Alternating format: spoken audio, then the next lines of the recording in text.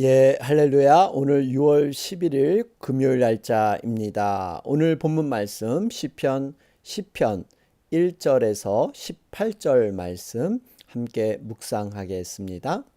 여호와여 어찌하여 멀리 서시며 어찌하여 환난 때에 숨으시나이까. 악한 자가 교만하여 가련한 자를 심히 압박하오니 그들이 자기가 베푼 꾀에 빠지게 하소서. 악인은 그의 마음의 욕심을 자랑하며 탐욕을 부리는 자는 여호와를 배반하여 멸시하나이다. 악인은 그의 교만한 얼굴로 말하기를 여호와께서 이를 감찰하지 아니하신다 하며 그의 모든 사상에 하나님이 없다 하나이다. 그의 길은 언제든지 견고하고 주의 심판은 높아서 그에게 미치지 못하오니 그는 그의 모든 대적들을 멸시하며 그의 마음에 이르기를 나는 흔들리지 아니하며 대대로 환난을 당하지 아니하리라 하나이다. 그의 입에는 저주와 거짓과 포악이 충만하며 그의 혀 밑에는 잔해와 죄악이 있나이다. 그가 마을 구석진 곳에 앉으며 그 은밀한 곳에서 무죄한 자를 죽이며 그의 눈은 가련한 자를 엿보나이다. 사자가 자기의 굴에 엎드림 같이 그가 은밀한 곳에 엎드려 가련한 자를 잡으려고 기다리며 자기 그물을 끌어당겨 가련한 자를 잡나이다. 그가 굽으려 엎드리니 그의 포악으로 말미암아 가련한 자들이 넘어지나이다. 그가 그의 마음에 이르기를 하나님이 잊으셨고 그의 얼굴을 가리셨으니 영원히 보지 아니하시리라 하나이다. 여호와여 일어나옵소서. 하나님여 손을 드옵소서. 가난한 자들을 잊지 마옵소서.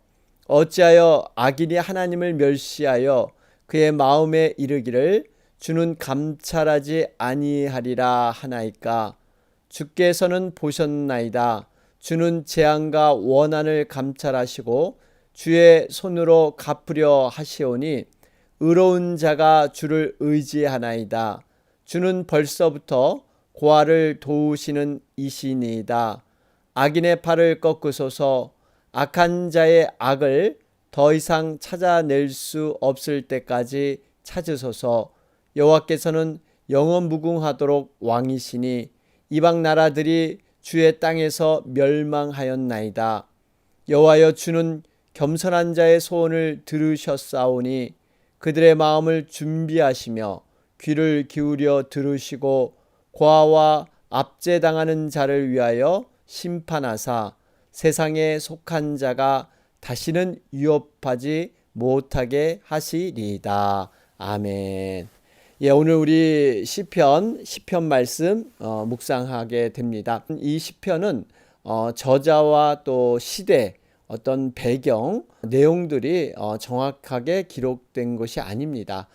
미상이라 그러죠. 그런데 이 내용을 보면 악한 자들이 강포를 행하는 이러한 부조리한 현실, 악이 득세하는 과연 하나님의 공의가 이 땅에 있는가, 이러한 현실 속에서 간절히 믿음으로 하나님 앞에 호소하는 그러한 비탄시에 해당이 됩니다. 자, 오늘 말씀 구체적으로 살펴보면요. 1절에 하나님 앞에 탄식하는 간절히 간구하는 모습이 나옵니다. 여호와여 어찌하여 멀리 서시며 어찌하여 환난 때에 숨으시나이까. 여러분, 이 어찌하여 굉장히 그 시인이 정말 답답한 마음을 호소하고 있죠. 하나님이 마치 멀리 서신 것처럼, 또 환난 때 하나님은 마치 숨어 있는 것처럼. 왜냐하면 이 시인의 입장에서는 환난을 만났는데 하나님이 침묵하시는 것처럼, 또 하나님을 애타게 찾았는데 하나님이 멀리 계시는 것처럼 이렇게 여겼기 때문입니다. 더군다나 특별히 말씀에도 환난 날에 나를 부르라 내가 너를 건지리니 내가 나를 영화롭게 하리로다. 시편 50편 말씀이죠. 또 시편 91편 말씀을 보면 저가 내게 간구하리니 내가 응답하리라. 저희 환난 때에 내가 저와 함께하여 저를 건지고 영화롭게 하리라. 여러분 분명 하나님께서는 환난 때 부르짖는 자에게 만나 주시고 또 그 환난을 건져 주시겠다. 보호자가 되시겠다. 이렇게 말씀해 주셨는데 이 시인의 입장에서는 정말 환난 때가 돼서 부르짖었는데 하나님이 응답해 주지 않는 그러한 현실을 맞이하게 된 것입니다. 이렇게 현실 속에서 정말 이 하나님이 마치 없는 것처럼 느껴지는 것. 여러분 분명한 것은요. 우리 하나님께서는 약속을 분명히 지키시는 분이십니다. 환난 때 반드시 만나 주시고 그 어려움을 해결해 주시는데 단 중요한 것은 늘 하나님의 간섭의 때, 하나님의 구원의 때 이것이 있다는 것이죠.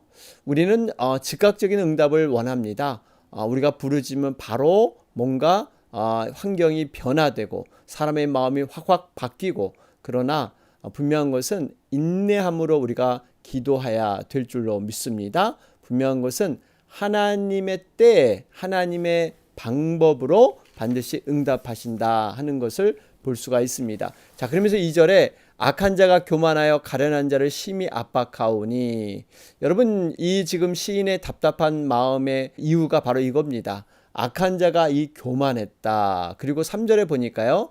악인은 그의 마음의 욕심을 자랑하며 탐욕을 부리는 자는 여호와를 배반하여 멸시하나이다. 여러분 이 악한 자의 악행이 어느 정도 점점 강해졌냐면요.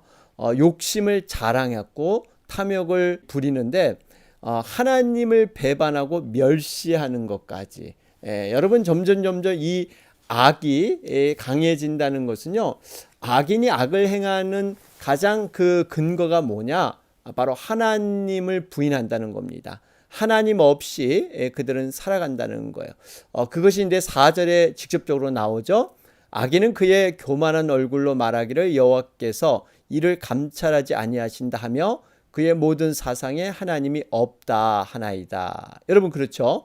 여러분 악을 사람들이 거침없이 행하는 이유는요. 하나님이 없다 생각하기 때문입니다. 그냥 이 세상이 단순히 한 세상으로 끝나는 여러분 우리는 세 가지 세상을 거치죠. 어머니 뱃속에서의 태아의 세계, 또 이 땅에서 태어나서 이렇게 살아가는 인생, 또 그러나 분명히 죽은 후에 가는 저 천국 하나님의 나라의 세계, 이렇게 어떻게 보면 세 가지 세계를 우리는 거치게 되는데 사람들은 그저 이 땅에서 모든 것이 끝이다.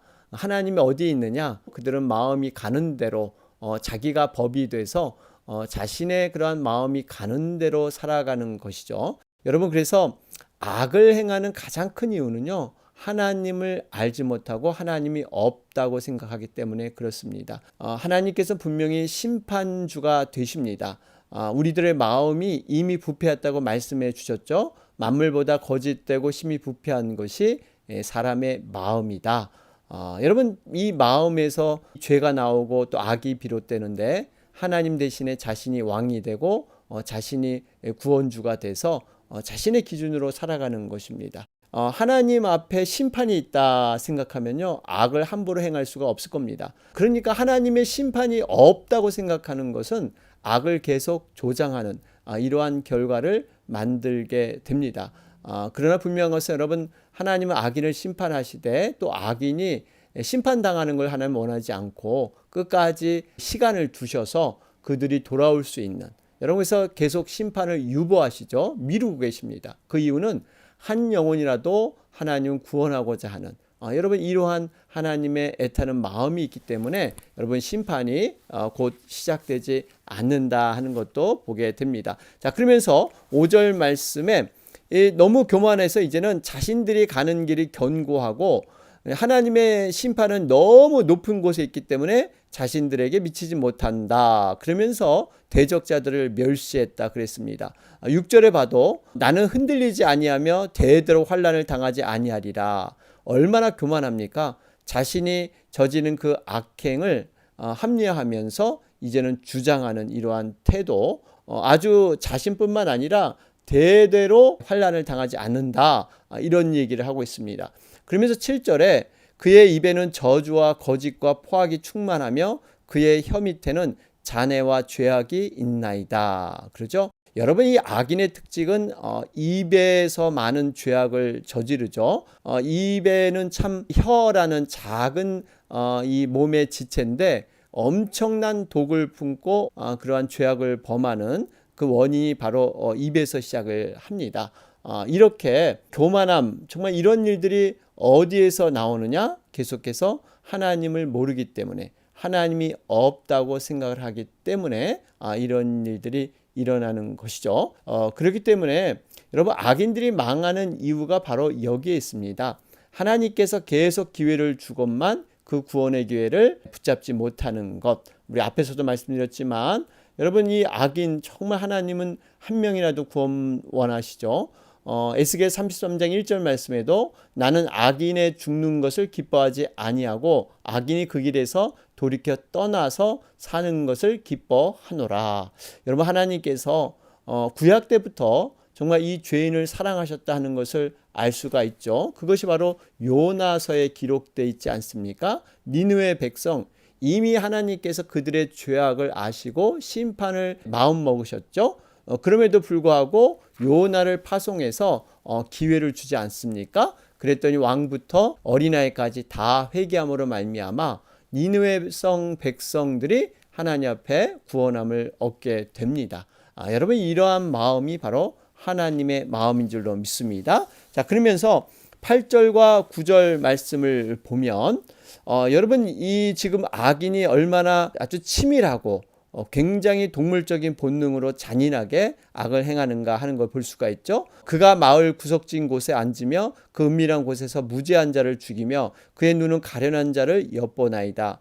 9절에 사자가 자기의 굴에 엎드림 같이 그가 은밀한 곳에 엎드려 가련한 자를 잡으려고 기다리며 자기 그물을 끌어당겨 가련한 자를 잡나이다. 여러분, 여기 보세요. 힘과 어떤 자신의 어떤 능력을 가지고 가련한 자들, 어려운 자들, 힘없는 자들을 계획적으로 괴롭히고 공격하는 모습. 어떻게 보면 이 동물적인 본능입니다. 여러분, 하나님을 떠난 인생은 어떻게 보면 이 양육강식, 정말 강한 자만 살아남게 되는 것이죠. 힘과 능력으로 살아가는 이러한 세상. 하나님이 없는 세상은 바로 이러한 세상이란 것입니다. 우리가 정말 하나님을 믿고 그 믿음으로 살아간다는 것이 얼마나 인간적인 삶을 살아가고 있는가 하는 것도 우리가 다시 한번 돌아보게 되죠. 베드로후서 2장 12절에도 이 사람들은 본래 잡혀 죽기 위하여 난 이성 없는 짐승 같아서 그 알지 못하는 것을 회방하고 저희 멸망 가운데서 멸망을 당한다. 이렇게 기록되어 있습니다. 그러니까 원래 우리는 죄인의 모습은요, 이성 없는 짐승 같습니다. 여러분, 그러니까 우리의 욕망과 욕구를 위해서, 소원을 위해서, 자기만을 위해서 살아가는 이러한 짐승과 같은 우리들. 그런데 우리에게 정말 예수님의 그 놀라운 십자가의 은혜를 통해서 남을 배려하고 섬길 줄 안다는 것. 여러분, 이것은 정말 커다란 기적이라는 것을 우리가 볼 수가 있죠. 자, 그런 가운데 우리 11절 말씀을 보면 또 한번 그 하나님에 대한 언급이 나오고 있습니다. 악인들이 하나님을 어떻게 생각했는가? 그가 그의 마음에 이르기를 하나님이 잊으셨고 그의 얼굴을 가리셨으니 영원히 보지 아니하시리라 하나이다. 여러분, 그러잖아요. 그러니까 하나님은 아예 없고 마음 놓고 그들이 죄악을 저지르는데 하나님은 항상 그들에게는 없다. 나타나지 않는다. 영원히 보이지 않는다. 바로 이러한 태도로 악을 저지른 것입니다. 자, 이럴 때 과연 어떠한 기도가 필요합니까? 하나님께 우리가 호소해야 될, 간구해야 될 기도의 제목이 뭡니까? 12절 말씀입니다. 여호와여 일어나옵소서. 하나님이여 손을 드옵소서. 가난한 자들을 잊지 마옵소서. 여러분, 이것은 하나님의 공의가 일어날 수 있도록 간절히 간구하는 것입니다. 세상이 온통 이런 부조리한 또 불공정한 이런 것으로 신음하고 있을 때, 이 강자들에 의해서 약자들이 어려움을 당하고 있을 때 과연 어떠한 모습으로 우리는 정말 살아야 될 것인가? 우리가 하나님 앞에 기도하는 그 일이 가장 먼저 선행돼야 될 줄로 믿습니다. 도대체 우리 하나님께서는 과연 뭘 하실까? 정말 살아 계실까? 이러한 원망 불평보다는요, 분명히 하나님은 공의의 하나님으로 살아 계십니다. 그러나 하나님의 때가 아니기 때문에 정말 이러한 것을 볼 때 우리는 더욱더 하나님 앞에 기도하면서 이 모든 상황을 하나님께 올려드리는 것, 그리고 하나님께서 이젠 세밀하게 간섭할 수 있도록 우리가 아뢰는 것, 여러분 이것이 중보자의 삶이지 않겠습니까? 그러면서 13절 말씀을 보면 어찌하여 악인이 하나님을 멸시하여 그의 마음에 이르기를 주는 감찰하지 아니하리라 하나이까. 여러분 여기 보니까 악인들이 하나님을 멸시하기까지 하죠. 그러니까 악인들이 하나님이 보지 않는다고 생각하니까 정말 더 악을 행하는데, 그러나 하나님은 보지 않으실까요? 아닙니다. 하나님은 다 일거수일투족을 다 보신다는 사실입니다. 여러분 이 성경에 보면 분명히 기록되어 있죠. 여기 시인도 그것을 알고 있습니다. 14절에 보니까 주께서는 보셨나이다. 주는 재앙과 원한을 감찰하시고 주의 손으로 갚으려 하시오니. 그렇죠?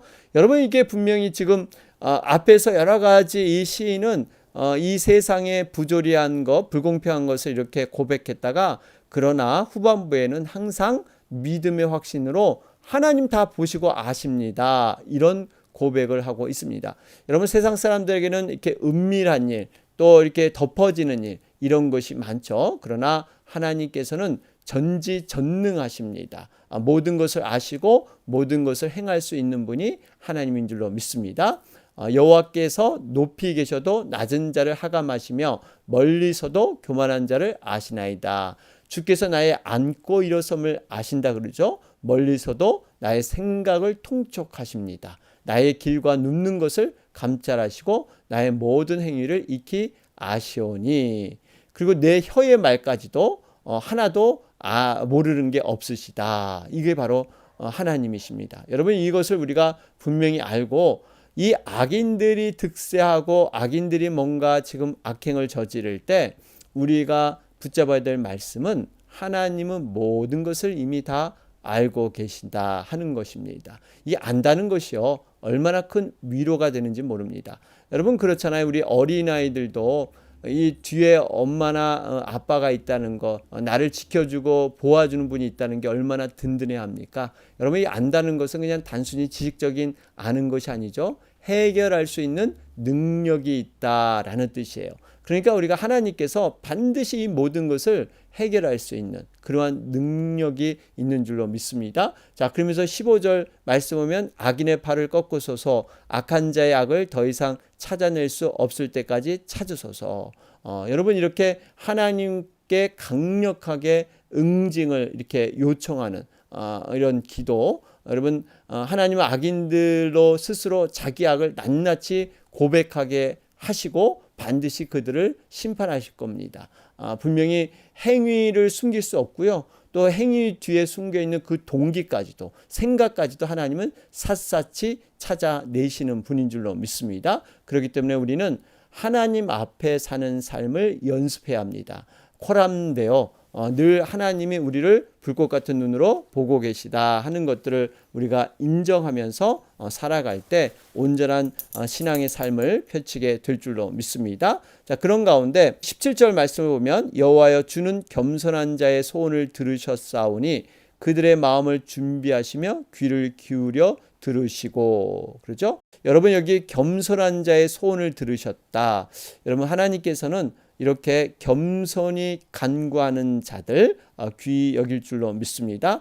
우리 겸손이란 이 모습은 우리가 죽을 때까지 하나님 앞에 겸비해야 될 그런 요소죠. 어린아이 같이 순수하고 겸손한 자들, 그들의 기도를 즐겨 들어주신다는 사실입니다. 자, 그러면서 특별히 18절에 보면 이 고아와 압제당하는 자를 위하여 심판하사 세상에 속한 자가 다시는 위협하지 못하게 하시리이다. 그러죠? 악인을 심판하는 동기, 여기 18절 후반절에 나오죠. 세상에 속한 자가 다시는 위협하지 못하게 하시리이다. 바로 이 이유예요. 그러니까 세상에 속한 자로 다시는 위협받지 못하도록 하기 위해서 하나님은 분명히 심판하신다.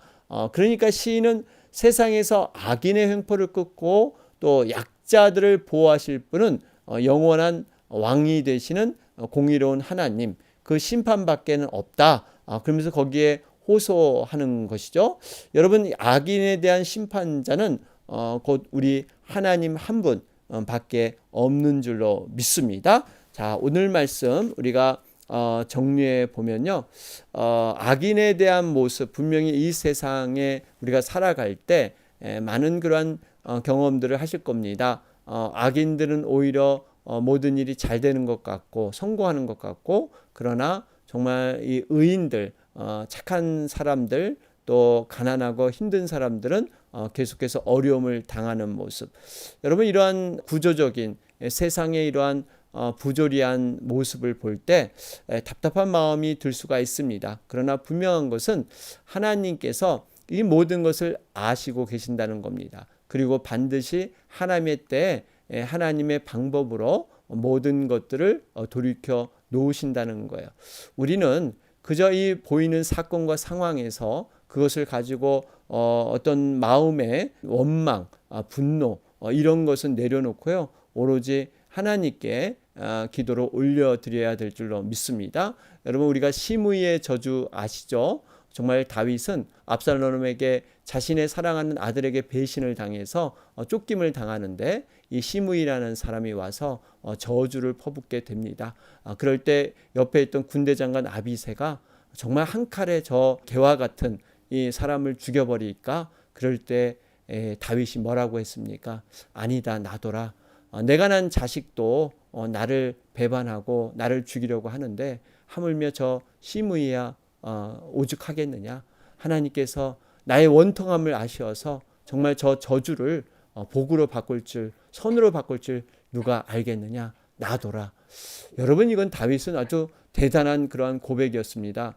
여러분, 이러한 고백을 했기 때문에 하나님께서는 다윗을 내 마음에 합한 자다, 이렇게 칭해 주셨죠. 훗날 정말 이러한 자세, 하나님에 대한 적극적인 그러한 심판을 맡기고 자신은 그저 하나님의 큰 그림 앞에, 섭리 앞에 살아갈 때 정말 하나님은 그러한 믿음대로 다윗을 축복해 주셨습니다. 사랑하는 여러분, 여러 가지 상황 속에서 하나님을 늘 찾고 하나님을 잊지 않고 여러분이 나가시는 그러한 우리가 되시길 바랍니다. 우리 이 시간 금요일 날짜입니다. 특별히 오늘 우리 목장 모임이 있습니다. 오전 오후에 목장 모임을 위해서 여러분 간절히 기도해 주시기 바랍니다. 더욱더 목장 모임의 지경이 넓혀질 수 있도록 위해서 여러분 기도해 주시기 바랍니다. 우리 계속해서 혁신의 정말 치료 과정에 있는 우리 지체들을 위해서 여러분 계속해서 기도해 주시기 바랍니다. 다 같이 기도 드리겠습니다.